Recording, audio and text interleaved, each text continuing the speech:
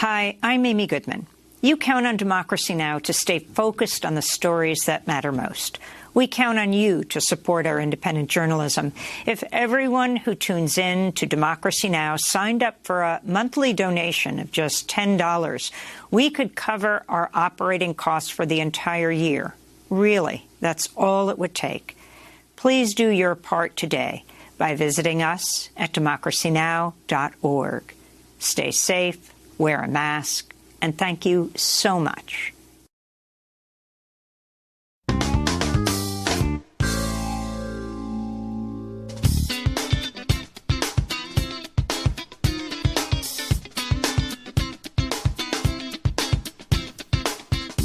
From New York, this is Democracy Now! I believe this is a moment of potentially great change. This is our moment to deal working people back into the economy. This is our moment to prove the American people that their government works for them, not just for the big corporations and those at the very top.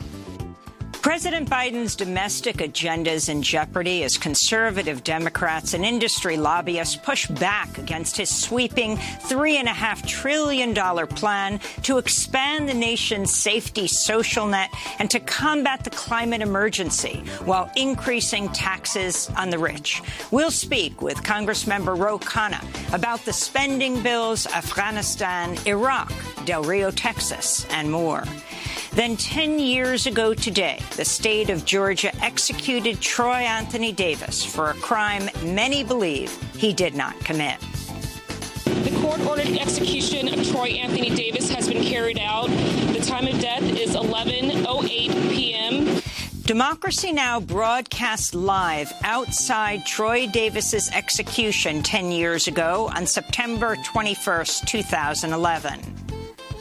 Those of us who knew Troy Davis, who sat with him, who talked to him, know that he was somebody who was full of love for his family, full of love for humanity, full of love for a movement that he was born into, a movement for civil and human rights in this country.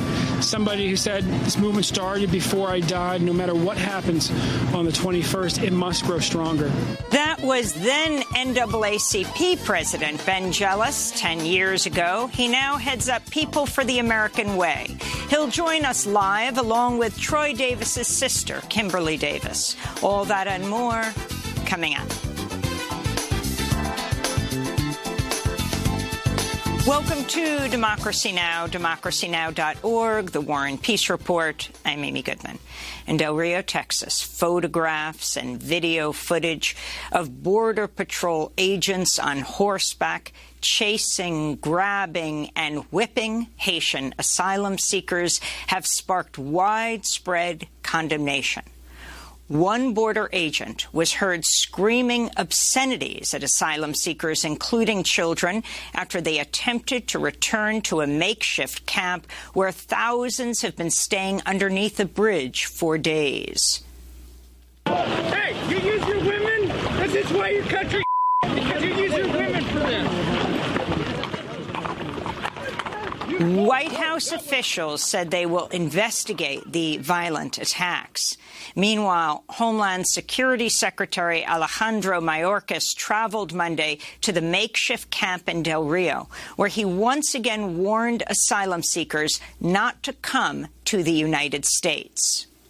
Only Haitians living in the United States before July 29th are eligible for temporary protected status. If you come to the United States illegally, you will be returned. Your journey will not succeed, and you will be endangering your life and your family's lives. Driven by hunger, hundreds of Haitian refugees crossed back into Mexico and returned to the U.S. makeshift camp carrying food. This is a Haitian asylum seeker who says he and his two children went without food for 4 days. People in the United States don't give us anything, just water. Since children only receive water, children are going hungry. We are out in the open. The United States government has no conscience. Advocates say At least 3 more deportation flights were sent to Haiti yesterday. Several more are expected today and in the coming days as the Biden administration continues its mass expulsion of Haitian asylum seekers, including families and children. The Biden administration signaled Monday it will set a cap on refugee admissions to the United States at 125,000, a significant increase from the Trump administration, which admitted fewer than 12,000 refugees last year. But Amnesty International called on President Biden to go much further, citing political crises in Afghanistan and Haiti. Amnesty said, quote, "The very least the United States can do is set a resettlement goal that meets the moment. Anything but a robust commitment to humanitarian protections for refugees and asylum seekers is a dismal failure," unquote. Here in New York, world leaders have gathered for the United Nations General Assembly with COVID-19 and the climate emergency set to dominate talks. On Monday, President Biden flew to New York ahead of his first address to the UN General Assembly today. Biden met with UN Secretary General Antonio Guterres, who warned the U.S. against provoking a new Cold War with China. Last year's General Assembly was a mostly virtual affair due to the pandemic, but this year thousands from around the world are converging on Manhattan, raising fears of a super spreader event. On Sunday evening, Brazil's far-right president, Jair Bolsonaro, who has bragged about not being vaccinated, was spotted eating pizza with his entourage on the sidewalk outside a Manhattan pizzeria. New York restaurants require proof of vaccination against COVID-19 for entry. This comes after a member of Bolsonaro's UN delegation tested positive for coronavirus after arriving in New York. On Monday, New York Mayor Bill de Blasio had this response. We need to send a message to all the world leaders, including most notably Bolsonaro from Brazil, that if you intend to come here, you need to be vaccinated. If you don't want to be vaccinated, don't bother coming. UN Secretary General Antonio Guterres hosted a roundtable discussion with world leaders on the climate crisis, calling on nations, including the United States, to meet their commitments to a $100 billion a year climate fund. Guterres' call came just weeks before the UN is set to convene a crucial climate summit in Glasgow, Scotland. My message this morning and to the Conference of Parties in November is that we need decisive action now to avert climate catastrophe. And for that we need solidarity. Saving these and future generations is a common responsibility. Youth activists around the globe are holding a global climate strike Friday, September 24th, including here in New York City, which will coincide with the UN's Climate Week. Ahead of the strike, Swedish climate activist Greta Thunberg said the movement also needs to tackle racism, sexism, and inequality. The climate crisis is caused by the same thing that is also fueling other crises and inequality around the world and the ecological crisis. And we cannot just solve one of these crises without also addressing the others. The United States reported over 2,200 coronavirus deaths Monday, bringing its death toll since the start of the pandemic to 676,000. That's more people than were killed by influenza across the U.S. during the 1918 pandemic. Areas with the lowest vaccination rates remain the hardest hit by the Delta coronavirus variant. For the first time in history, Alabama recorded more deaths than births in 2020. In Mississippi, Republican Governor Tate Reeves condemned President Biden's vaccine mandate for federal workers as, quote, a tyrannical move. Mississippi has the highest death rate from COVID-19 in the United States. If it were a country, Mississippi would be second only to Peru in per capita coronavirus deaths in the world. Meanwhile, the Biden administration said Monday it'll lift COVID-19 travel restrictions in November on passengers from the UK, European Union, China, Iran, Brazil, South Africa, and India. India said Monday it will resume exporting domestically produced COVID-19 vaccines to other nations 5 months after it suspended exports of AstraZeneca shots amidst a devastating wave of infections. Meanwhile, a new study finds wealthy nations have stockpiled more vaccines than their populations are willing to consume, with about 100 million doses set to expire unused by the end of the year. In Sudan, government and military leaders say they've thwarted an attempted coup d'etat. Sudanese state media says military officers and civilians linked to the former regime of President Omar al-Bashir unsuccessfully tried to seize a state-run radio and TV building and several other government institutions around the capital, Khartoum. President al-Bashir ruled Sudan from 1993 until April 2019, when he was ousted from power by the military amidst massive popular protests. As tanks and other heavy vehicles surrounded Sudan's parliament, a member of the ruling military-civilian council wrote on social media, quote, "All is under control. The revolution is victorious," unquote. Canada's Liberal Party is poised to hold on to power and will form a minority government after a narrow election win over opposition Conservatives Monday. Incumbent Prime Minister Justin Trudeau called the snap election in mid-August in a bid to win support for his response to the pandemic. You are sending us back to work with a clear mandate to get Canada through this pandemic and to the brighter days ahead. And my friends, that's exactly what we are ready to do.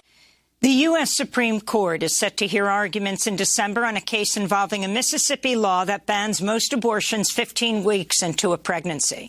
Reproductive justice advocates warn the case poses a direct threat to the landmark 1973 decision in Roe v. Wade. In related news, a doctor in San Antonio, Texas, is being sued after admitting to performing an abortion in violation of a new Texas law. The legislation bans all abortions in the state after 6 weeks before most people even realize they're pregnant, and allows for private citizens to sue anyone who aids and abets a person in getting an abortion. The civil lawsuit against physician Alan Braid was filed by a man in Arkansas who has no connection to the abortion at issue, and who said he had only filed the suit because of the potential $10,000 reward he could receive if the lawsuit is successful. At least 10 women and girls are killed every day in Mexico. That's according to a chilling new report published by Amnesty International, which also condemns Mexican authorities for failing to investigate femicides. The report, titled Justice on Trial, focuses on Mexico State, which accounts for some of the highest numbers of femicides in the country, and details how families and loved ones of victims are often forced to launch their own investigations as they're ignored by law enforcement. Mexico recorded the murders of over 3,700 women in 2020. Only 940 of those killings are investigated as femicides. In New York, federal prosecutors have rested their case in the trial against accused sexual predator and trafficker R. Kelly, who faces several charges, including sexual exploitation of children, kidnapping, and forced labor. Nearly a dozen survivors and over 30 other witnesses detailed the singer's pattern of sexual and other abuse against dozens of women and underage girls for nearly 2 decades. Cases against R. Kelly have also been filed in Illinois and Minnesota. If convicted, he faces decades behind bars. New York City's medical examiner's office says it'll investigate the death of a disabled prisoner who died Sunday evening at Rikers Island Jail after complaining he was feeling unwell. 42-year-old Issa Abdul Karim was being held for a parole violation under the Less is More Act, just signed last week by New York Governor Kathy Hochul. He might have been cleared for release as early as this week. Abdul Karim is the 11th prisoner to die at Rikers since December. New York Mayor Bill de Blasio has pledged to close Rikers, with plans to replace it with a smaller network of borough-based jails. And in Rwanda, the opposition political leader Paul Rusesabagina has been found guilty of terrorism and sentenced to 25 years in prison. He's credited with protecting the lives of some 1,200 people who took refuge at the hotel he managed during the 1994 Rwandan genocide. His story is portrayed in the Hollywood film Hotel Rwanda. Amnesty International denounced Rusesabagina's persecution, saying his trial was riddled with violations. This is his daughter, Karine Kanimba, speaking yesterday. My father was tortured, kidnapped, denied his basic rights, and then now they just gave him a guilty verdict.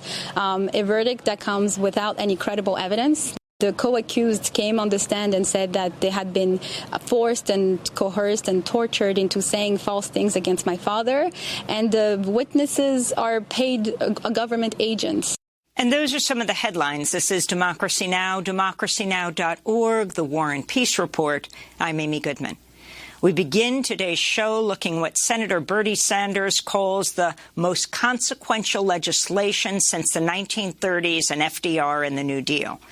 We're talking about President Biden's sweeping $3.5 trillion spending plan to expand the social safety net, increase taxes on the rich and corporations, improve worker rights, and combat the climate emergency. Senate Democrats are hoping to use the budget reconciliation process to pass the larger package, but this will only succeed if the entire Democratic caucus backs the deal. So far, two conservative Democratic senators, Kyrsten Sinema of Arizona and Joe Manchin of West Virginia, have balked at the $3.5 trillion price tag. This comes as House Democrats face a looming deadline on September 27th. House Speaker Nancy Pelosi had agreed to hold a vote on the separate bipartisan $1.2 trillion infrastructure bill by that date. But now some House Democrats say the deadline may be missed. A group of progressive Democrats are threatening to vote against the smaller bipartisan infrastructure deal if it's not voted on alongside the larger $3.5 trillion plan. Last week, President Biden urged Democrats to back his spending plan, outlining some of its key components. Investments in roads, bridges, highways, clean water in every home and every school, universal broadband, quality, affordable places for families to live. And we can invest in our people, giving our families a little help with their toughest expenses, like daycare, child care, elder care, prescription drugs, health care, preparing the young people to compete against any country in the world with preschool and community college. We can confront this crisis of extreme weather and climate change and not only protect our communities, but create new opportunities, new industries, and new jobs. In short, this is an opportunity to be the nation we know we can be. A nation where all of us, not just those at the top, are getting to share the benefits of a growing economy in the years ahead. President Biden speaking Thursday at the White House. Meanwhile, Democrats were dealt a setback Sunday when the unelected Senate parliamentarian ruled Democrats could not include a pathway to citizenship to millions of people as part of the reconciliation bill. We go now to Washington, D.C., where we're joined by Ro Khanna, Democratic Congressmember from California. Welcome to Democracy Now!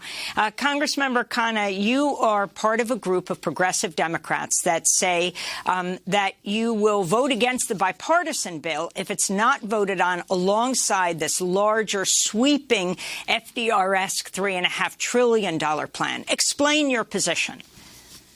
Amy, our position has been consistent for months. We want to pass the full agenda that President Biden has set forth. Yes, we need investments in roads and bridges and highways and the traditional infrastructure, but we also need investments in modern infrastructure that takes into account the climate. You can't just have traditional infrastructure without having a clean energy standard, without investing in electric vehicles, without investing in renewable energy. And we need the human investments in childcare, in the expansion of Medicare, in free community college. This is what President Biden campaigned on, and we need to deliver.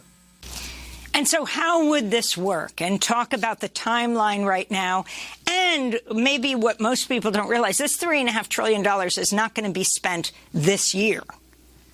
Thank you, Amy, for making that clarification. It is over 10 years.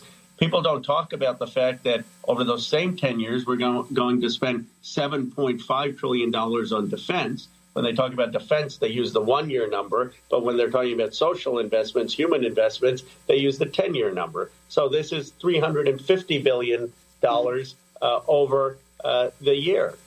The other point that is worth making is that the progressives have been willing to have a conversation. We are willing to engage in a dialogue with the White House, with Senator Manchin, with Senator Sinema, of how we get this done. The question is, are they going to engage in that dialogue? We still haven't heard what Senator Manchin and Senator Sinema are for. They keep saying what they're against. What we want to know is, what are they for?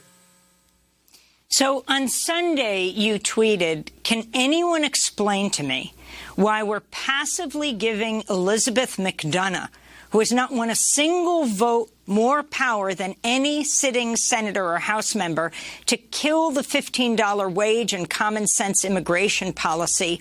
Overrule her," you said. Well, since most people don't know who she is, explain who she is, what she did, and what you think has to happen. I don't have anything personal against Elizabeth McDonough. I just don't understand this idea that a Senate parliamentarian is going to decide whether this country, whether we can have a $15 minimum wage, whether we can have a path to citizenship for those who are undocumented.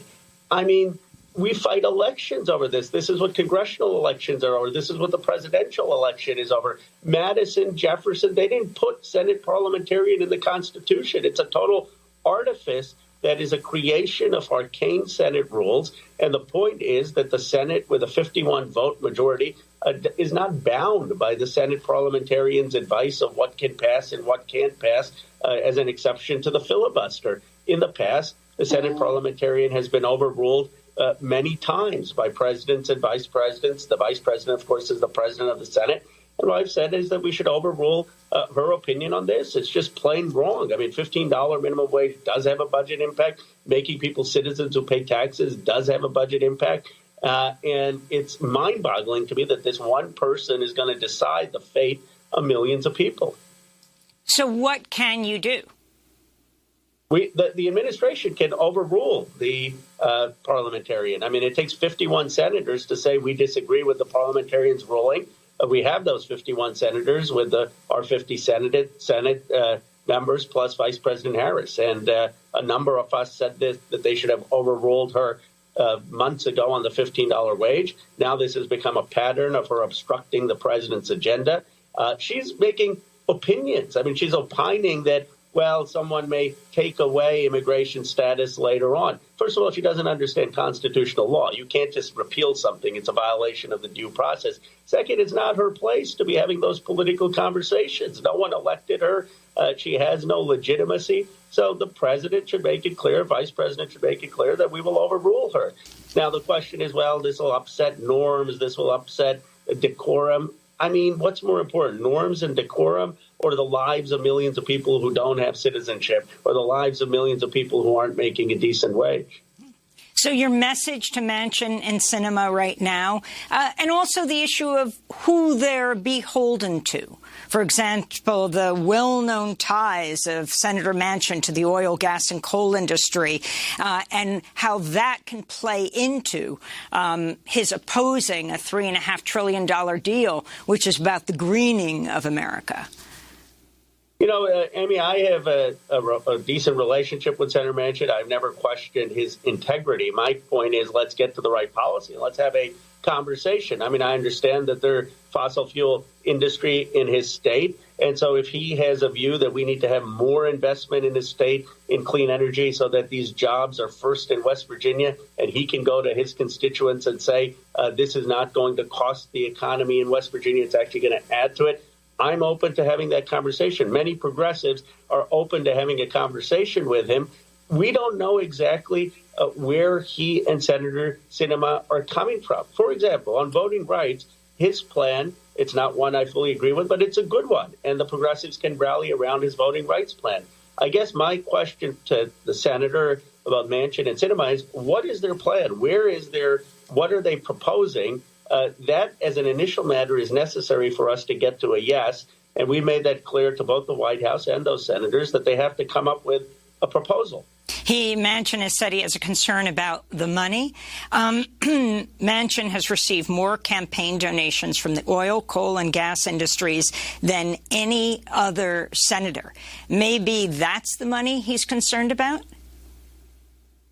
Well, Amy, look, I'm having a hearing as the environment chair where we're going to get the fossil fuel companies in for the first time, Exxon, Chevron, BP, Shell. So we're certainly going to realize and find out what they've been doing to kill legislation, to have lobbying influence.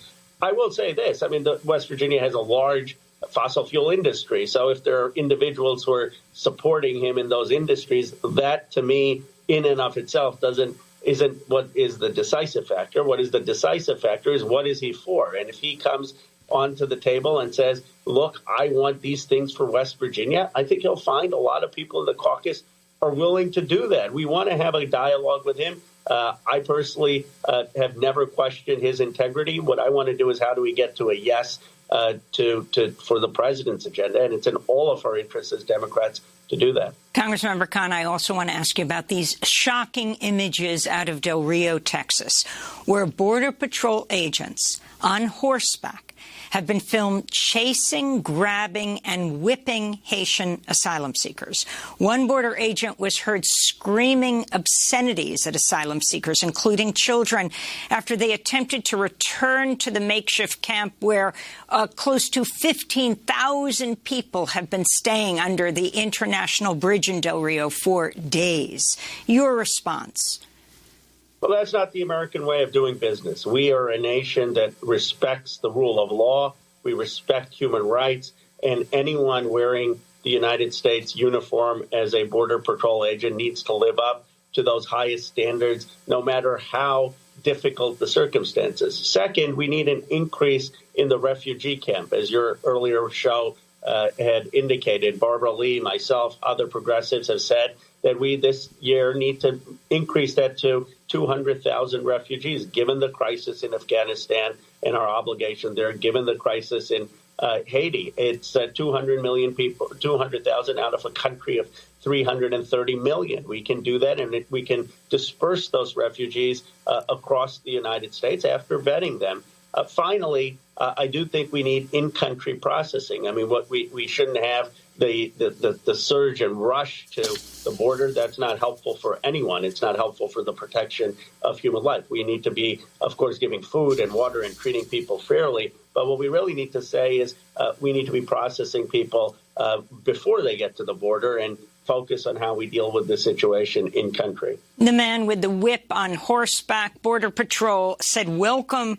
I want to ask you about the issue of immigration overall. You have the Senate parliamentarians saying there can't be a path to citizenship in the $3.5 trillion reconciliation bill. You have the situation on the border.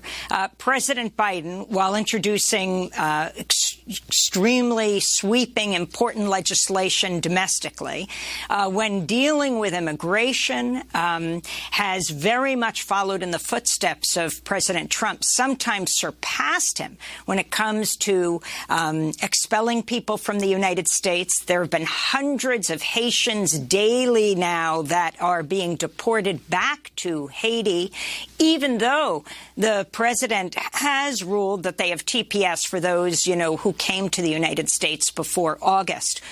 What do you think should happen right now? I mean, in Haiti, you have the president assassinated. You have the earthquake that just ravaged the country. Well, we first have to increase the refugee cap to 200,000 so that we can take more Haitian refugees. We need to be figuring out a way to have people processed before there is a rush to the border. If they are flying people back and then processing them there, that is a fine, as long as people are being processed who are genuine asylum refugees and the cap is being raised. And then there are certain common sense things we can do. I mean, my view is we ought to overrule the parliamentarian and pass a path to citizenship for those undocumented. But even short of that, Zoe Lofgren has a bill that has passed in the House that was bipartisan, that would allow people as a work permit to come to the United States. It's not a comprehensive solution, but it's a solution that will lead to less deaths and less chaos at the border. People can come to the United States, work, and then leave. And that hasn't gotten a hearing in the Senate.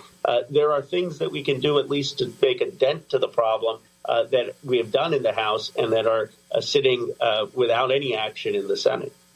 I want to turn to Afghanistan. On Friday, the Pentagon acknowledged the U.S. drone strike that killed 10 civilians, including 7 children.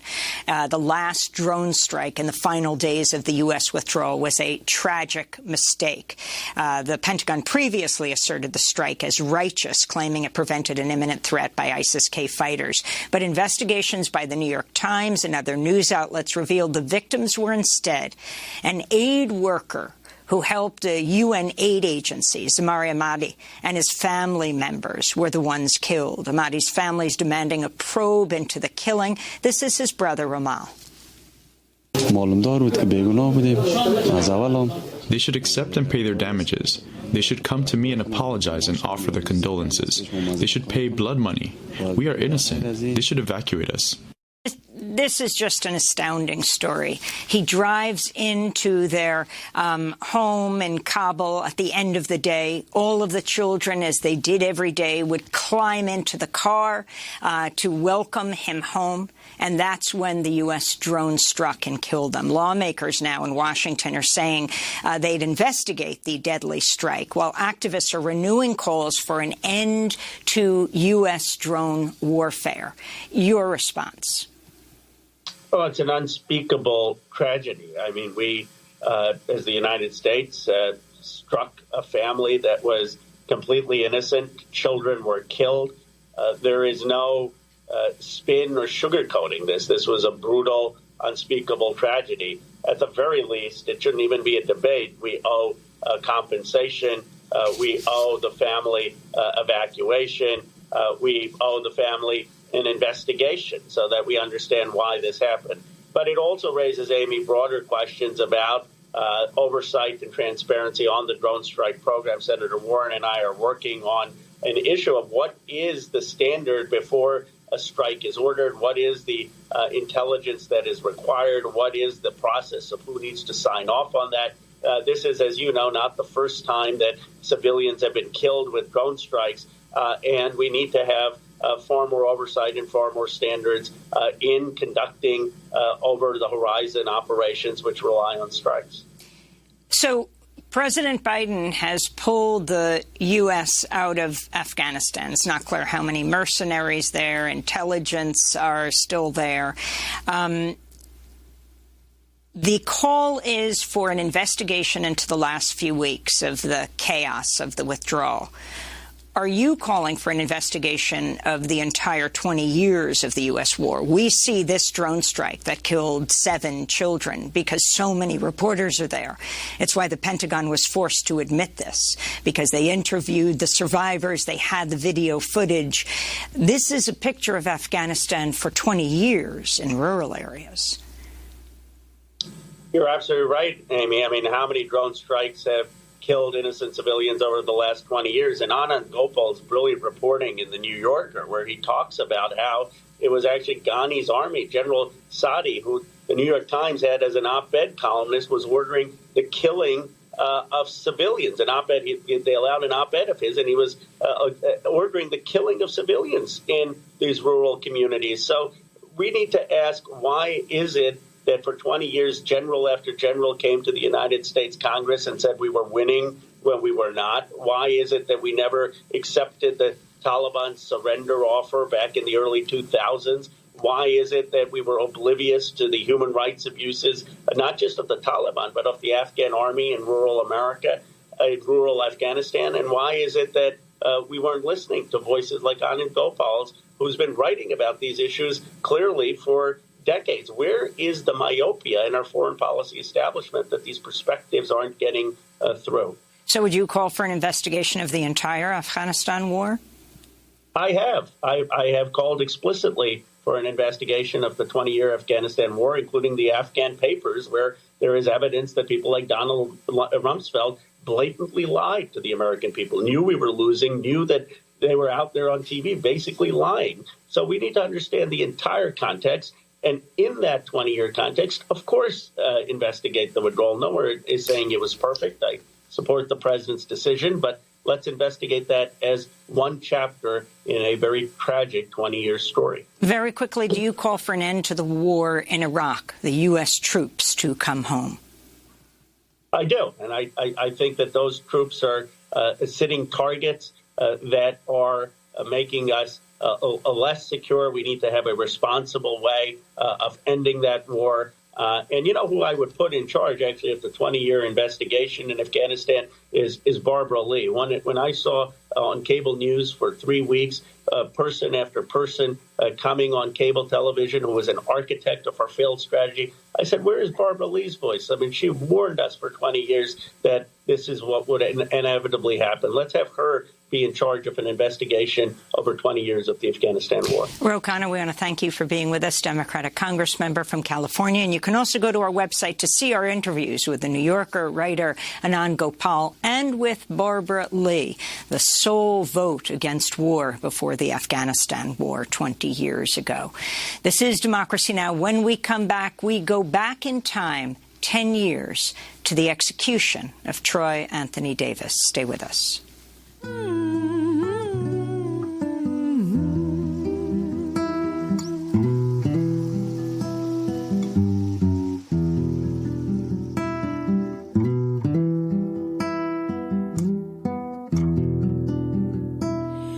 Freedom, here I come. Raise your lamp beside the golden door.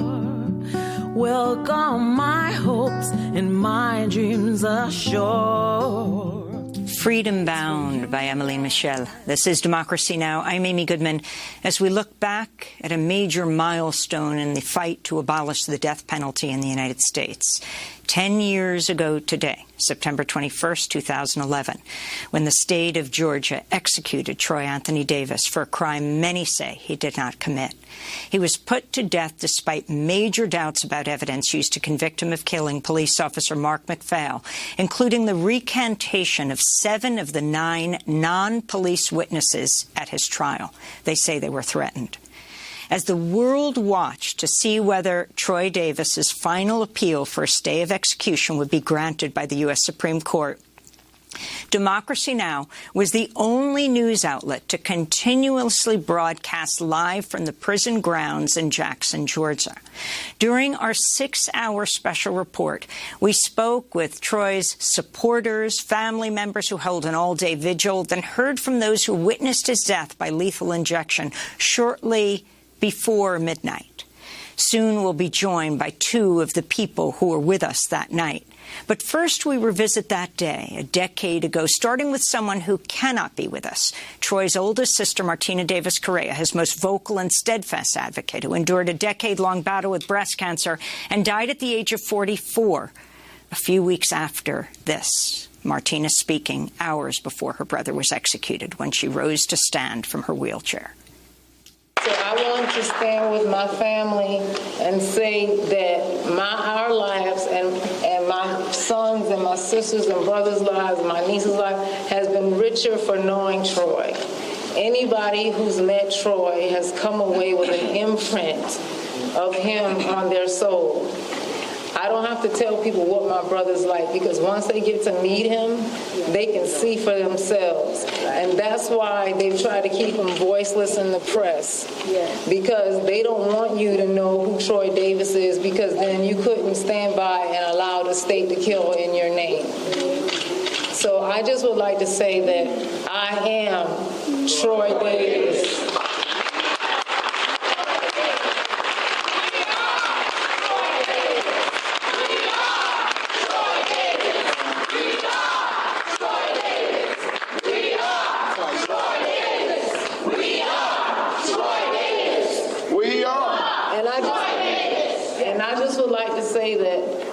I've been battling cancer for 10 years, and I don't have cancer, but I'm reaping some of the effects of the medicine. Several months ago, I was doing fine, and after that, I couldn't get up out of the chair. But I'm here to tell you that I'm going to stand here for my brother today. Mama, thank you. Let's go.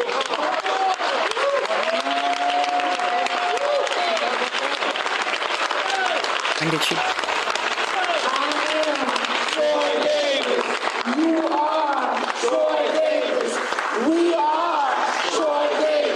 Now let's get to work and and let's show Georgia that we will not stand by and we will defy them, and we need to start with that gold dome. That's right. Thank you. That was Martina Correa standing up in her wheelchair, the older sister of Troy Davis, his most steadfast advocate, speaking 10 years ago today. She would die a few months later of cancer. As the scheduled time of Troy Davis's execution approached, hundreds of his supporters rallied outside the prison in Jackson, Georgia. Around 7 p.m. Eastern Time, the crowd erupted into thunderous cheers. For just a moment, it appeared the Supreme Court had stayed the execution like it had 3 times before. What did Troy tell you the last time you saw him? The last time it's part of the reasons. We're hearing some kind of cheer that has gone up.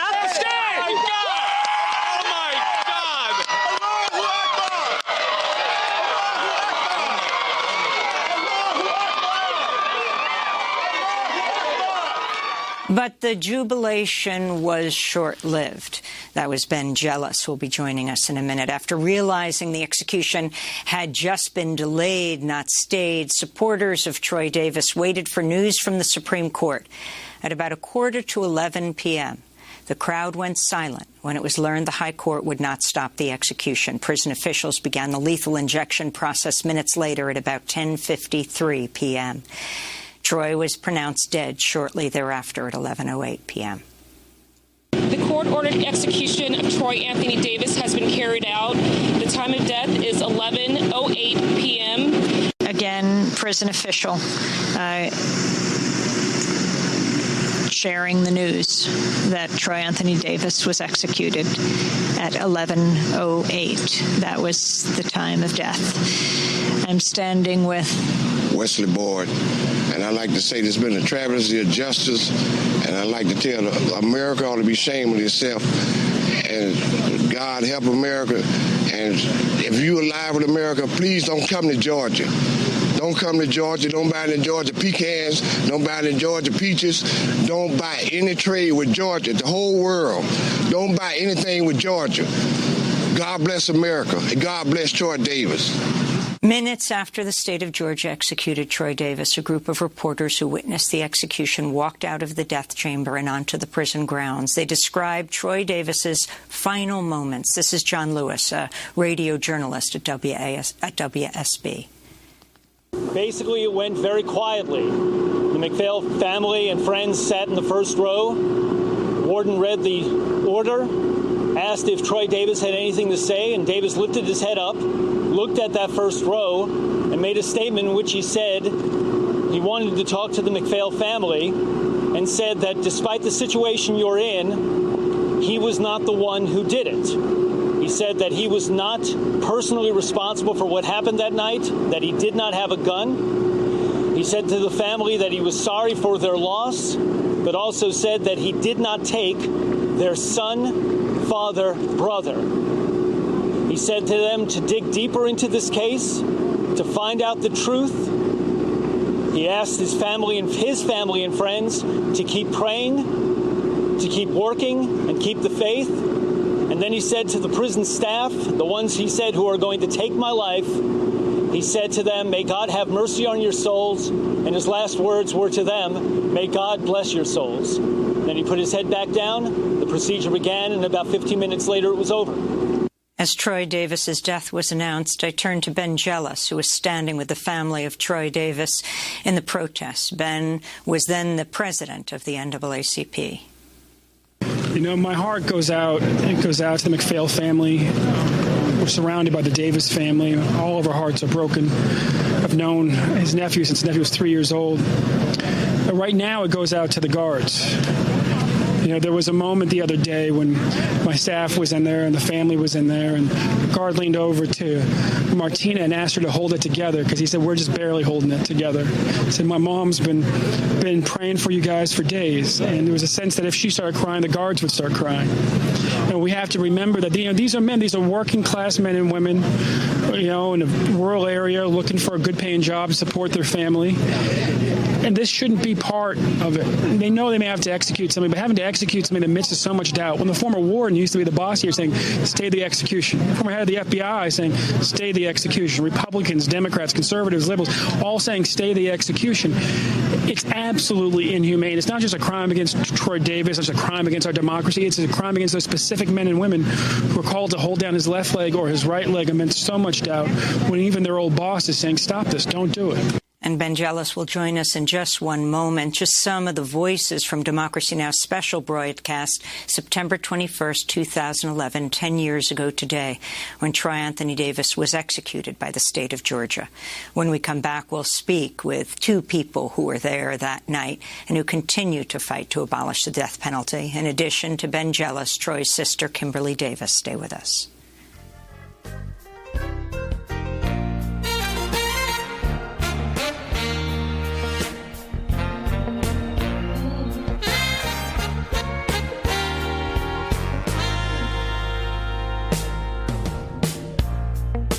Heaven help the boy who never had a home. Heaven help the girl who walks the streets alone. And heaven help the roses if the bombs begin to fall. Lord, won't you help us all? Heaven help the black man if he struggles one more day. Heaven help the white man if he turns his back away. Heaven help the man who kicks the man who has to crawl. Heaven Help Us All by Ray Charles and Gladys Knight. This is Democracy Now!, democracynow.org, The War and Peace Report. I'm Amy Goodman. As we mark the 10th anniversary of the execution of Troy Davis, a major milestone in the fight to abolish the death penalty in the United States, we're joined by two people who were there a decade ago, September 21st, 2011, on the grounds of the prison where Troy Davis was executed. They continue to work on the death penalty. In Savannah, Georgia, Kimberly Davis is with us, Troy Davis's sister. She's an anti-death penalty activist. And Ben Jealous is with us, now president of People for the American Way, former president of the NAACP. But first, I want to go to Troy himself. Troy Davis, in his own words. This was May 2009. Amnesty USA activists had a conference call about Troy Davis's case. Troy's sister, Martina Correa, patched Troy in from death row. You know, everything we do today is going to clear the way for a better tomorrow. Everything is coming to a head, and people are starting to wake up more and more. It's really inspiring kids to get involved because that's what we really need, because they're going to be our future. And to know that they're concerned about human rights, about activist work and, the justice system, it really gives me hope that things are going to change. Because this is just the beginning of something that's about to blow up to the point where we're going to see some sort of success. We're going to win this fight. We're going to continue to open our eyes. We're going to continue to open these prison doors. We're going to continue to hold accountable all those that are in charge of these unjust systems. And together, we can realize that if we let our voice and activist work be seen and be heard, that there's nothing that we can't change a positive aspect of this world. We can correct all the wrongs if we just continue to stand together, and that's what's most important. We need to continue to stand together and educate each other, and don't give up the fight. That was 2 years before Troy was executed 10 years ago. We're joined now by Troy Davis's sister, Kim Davis, and Ben Jealous, president of People for the American Way. In March, Virginia became the first southern state to abolish the death penalty, and President Biden's Justice Department has ordered a moratorium on carrying out federal death sentences after a surge in executions under President Trump in his final days. But more than 2,500 people remain on state, federal, and military death rows across the United States. Kimberly Davis, I know this is a hard time. It is 10 years later, but it brings you right back to that moment that your brother was killed by the state of Georgia, even as so many, including the Pope, begged for a reprieve, including the Republican Congress member in the area, including former death row prison commissioners. Kimberly, your thoughts today? Well, my thoughts today, just looking back over the 10 years, we've come a long way. Like Troy said, this didn't start with him. It started before him, and it was going to come after him. And he wanted us to continue to fight. He said, with the injustice, he said that we needed to stand up and make sure our voices are heard. We need to stand up against injustice. It's just been so much in the media, or we can see on the news, everything that's going around in the world. But, one thing we know, we can stand on faith, and we will demolish the death penalty one state at a time. We were just thinking back over the past years on how we have been able to, just get out and mobilize. One thing to mobilize, but then it's another thing to organize. And with my brother's case, we had so many people in so many different countries, so many different races, come together for one cause. And that cause was, to prove my brother was innocent. We had so many people, thousands and thousands of petitions that were actually signed, people that believed in my brother's innocence. And like he said, he took his innocence to his grave. And, it makes me feel good. My baby sister, she made a comment. She said that the world today, they're still talking about Troy Anthony Davis. So we know that Troy Davis did make a mark on the world. And we're just continuing to make that mark. And we want that mark to stand. We want that mark to stick. We want to continue to fight until we demolish the death penalty one state at a time. And Ben Jealous, your thoughts today as we talked to you 10 years ago on the grounds of the death row prison. The point person on the Supreme Court that night deciding whether Troy Davis would live or die was Clarence Thomas, who hails from Pinpoint, Georgia, a community founded by freed slaves. There was a moment where it was believed that once again, after 3 other death warrants were vacated, the 4th one would be too, but that wasn't the case. As you reflect back now, your thoughts and where the movement is today. Well, thank you, Amy. And my connection here is breaking up, so I apologize for stepping on you. But I was tearing up earlier. It was painful to be kind of brought back to that moment. Troy was innocent. He is innocent. And the deep irony is that the state, Georgia, has no interest in finding the killer for Officer McPhail. And that is perhaps the greatest tragedy here. They killed an innocent man, and they really don't care to find the killer of the police officer who was killed that night. The movement has to keep pushing forward with abolishing the death penalty. Virginia was a huge victory. It would not have been possible but for this campaign, just like abolishing it in Connecticut the year after and Maryland the year after that. The first state south of the Mason-Dixon to abolish the death penalty would not have been possible. And really not possible without Troy's leadership. I remember sitting with Troy on death row and explaining to him everything we were doing to make sure we had the votes on the Board of Pardon and paroles. And we did have the votes until the chairman, who was black, switched his vote, having voted for a stay before, to make sure that the governor got his execution. And Troy looked at me and he said, Ben, he said, that's good. He said, this is Georgia. If Georgia wants to kill me, they will. We have to also make sure that the world remembers my name, that they understand what's happening here. And that's where the hashtag #TooMuchDoubt came from. And about a month after Troy was executed, public support for the death penalty had fallen to an all-time low since it had been momentarily abolished from 1972 to 1976. And the Gallup organization does the polling, credited that hashtag campaign.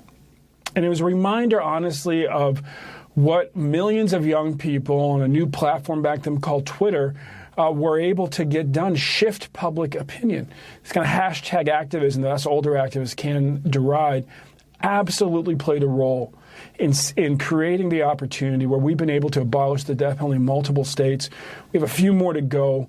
When we finally abolish it in 26 states, we will have a majority of states opposed and be able to go into the Supreme Court, as we have on the juvenile death penalty since I first met Troy, as we have on the death penalty for people with low IQs, and get the Supreme Court to abolish it in its entirety, having met the standard for both cruel and unusual punishment. And that's where the movement has to go now. Wait, explain that. That's extremely significant, how you could prove cruel and unusual and how you can do this at the Supreme Court, given who is on it.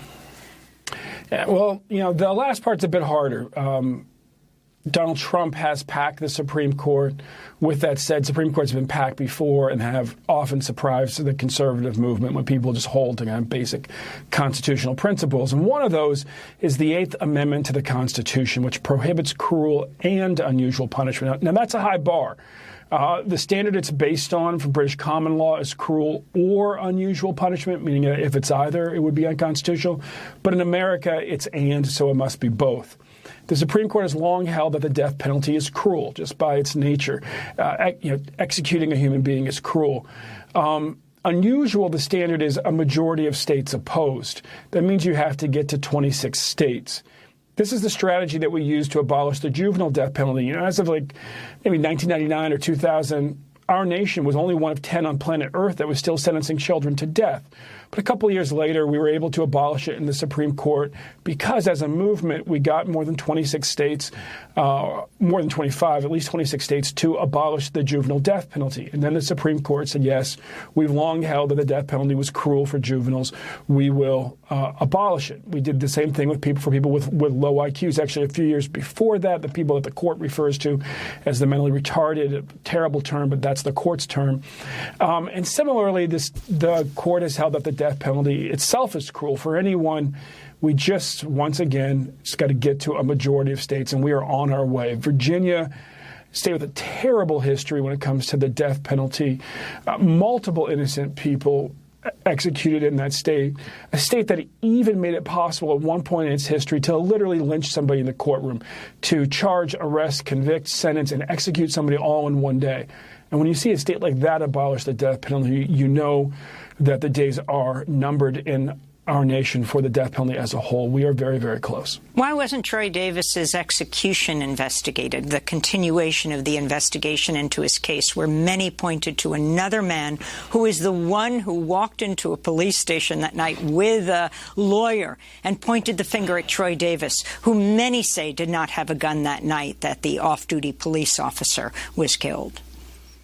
Yeah, that's the thing. I mean, that man, Red, he appears to be a police informant. He's been in every time. It's like catch and release. Every time he's been in the jail, they let him go. He has a rap sheet, longer than the office I'm sitting in right now, in fine print. And it appears that he's the killer in this case. Absolutely. And it is mind-blowing. It is absolutely mind-blowing to look at the two men. You have to remember that Troy was put on death row by 9 eyewitnesses. 7 of them recanted.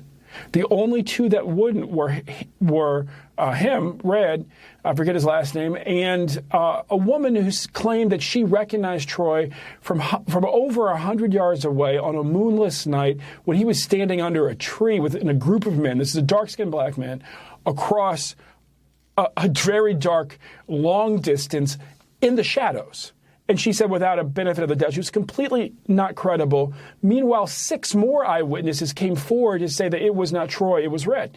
And so you now have 13 people, including 7 who were among the 9 that put him on death row, saying that Troy is not the one, those 7 saying that they had lied. That's why there was too much doubt. It is clear that the killer's out there, and it is unclear why the police apparently have protected that man for decades. I think his name was Red Coles. Kimberly Davis, Georgia still has the death penalty. What message do you have for those on death row and for the people of Georgia as, Virginia's just become the first state in the South to get rid of the death penalty, to abolish it? Well, we just want the people in Georgia to know that we are still on the battlefield fighting for them, and we will continue to fight for them to get this death penalty abolished. we have, a lot of, it's a couple of guys that's on death row that actually still reach out to the family, and, they just ask us for prayer, because sometimes they say that, that's something that they don't get. They just ask us, for prayer and for us to continue to stand for them and for us to be the voice of the voiceless. And that's what Martina always said. She was the voice of the voiceless. And that's what we're going to continue to do, to be the voice of the voiceless and stand with them. I want to thank you so much for being with us. We've been speaking with Kimberly Davis, Troy Davis's sister, and Ben Jealous, now president of People for the American Way, former head of the NAACP. Tonight, I'll be moderating a live-streamed event at 8 p.m. Eastern Time to honor Troy Davis's life and reflect on the movement he helped build with Troy Davis's sister, Kimberly Davis, and his nephew, Dejon Davis Correa. Details at democracynow.org. Democracy Now is produced with Renee Phelps, Mike Burke, Dina Guzder, Messiah Rhodes, Nermeen Sheikh, Maria Terracena, Tammy Warnoff, Charina Nadura, Sam Alcoff, Maria Studio, John Hamilton, Robbie Karen, Hani Massoud, Adriana Contreras. Special thanks to John Randolph, Julie Crosby. I'm Amy Goodman. Thanks for joining us.